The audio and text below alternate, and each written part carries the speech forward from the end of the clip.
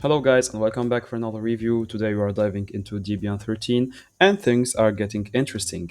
Debian's upcoming release is shaping up to be a solid upgrade. The new Alpha 1 installer is smoother than ever, now with native support for RISC-V 64-bit hardware and the inclusion of the Linux 6.12 LTS kernel.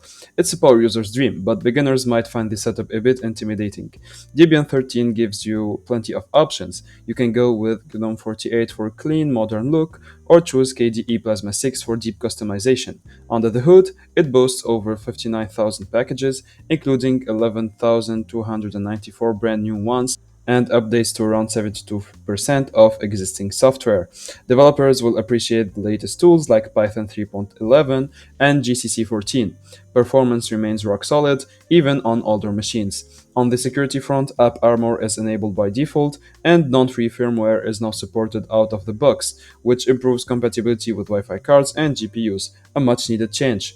Of course, it's not all perfect. Some packages still lag behind upstream versions. Downgrading kernels isn't as smooth as it is on something like Arc, and since Debian isn't on a rolling release, you won't always get the bleeding edge features right away. Still, if you are looking for a distro that offers stability, security, and flexibility, Debian 13 is absolutely worth watching. The full release is expected mid 2025, so let me know what's your take on it. So that's it guys, I hope this video helped you. Don't forget to like and subscribe if you want more of these videos.